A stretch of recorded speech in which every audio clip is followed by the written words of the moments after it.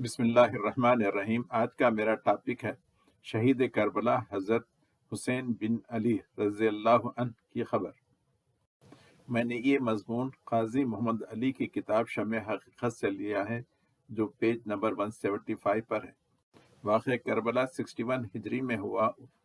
اس وقت مسلمانوں میں خبروں کو پختہ بنانا اور خبروں پر نیم پلیٹ یا کتبہ لگانا یا کوئی نشانی لگانے کا رواج نہیں تھا۔ واقعہ کربلا میں دونوں طرف کے 154 لوگ مارے گئے اور ان سب کو ایک ہی گڑھے میں دفن کیا گیا۔ 132 ہجری میں جب عباسیوں کا دور شروع ہوا، اس وقت بھی وہاں پر کوئی خبر یا کوئی نشانی نہیں تھی۔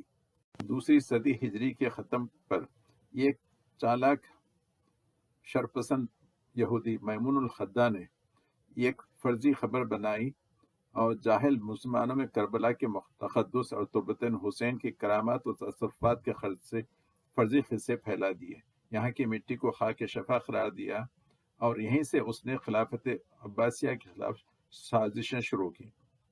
یہ خلیفہ مامون الرشید کا زمانہ تھا۔ ان کے بعد المتوکل علی اللہ خلیفہ بنا تو اس نے 216 ہجری میں اس فرضی خبر کو مسمار کر دیا اور زمین کے برابر کر دیا۔ اس کے 50-60 سال بعد یعنی 322 ہجری میں رافضی آل بویا کا بغداد پر قبضہ ہوا۔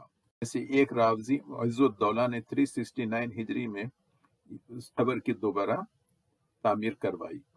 حضرت حسین کے بیٹی اور داماد یعنی حضرت سکینہ اور ان کے شوہر مصعب بن زبیر کوفہ میں رہتے تھے، مگر کبھی وہ اس قبر کی زیارت کو نہیں گئے۔ اسی طرح حضرت حسین کے ایک فرزند علی بھی کوفہ میں رہتے تھے، مگر وہ بھی کبھی اپنے باپ کی زیارت کے لیے نہیں گئے۔ اس خبر کی دریافت کے سلسلے میں ایک مضحکہ خیز روایت بھی ہے جو شیعہ عالم ملا باقر مجلسی نے لکھا ہے۔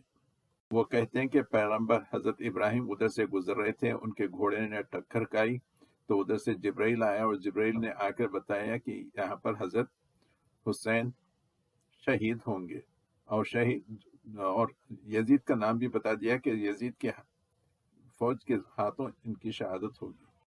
تو حضرت ابراہیم علیہ السلام نے بھی لعنت بھیجی، اور ان کا گھوڑا بھی ہر لعنت پہ وہ بھی جو ہے نا لعنت بھیجا تھا۔ مصر پر ایک طویل عرصے تک شیعہ فاطمی حکمران تھے۔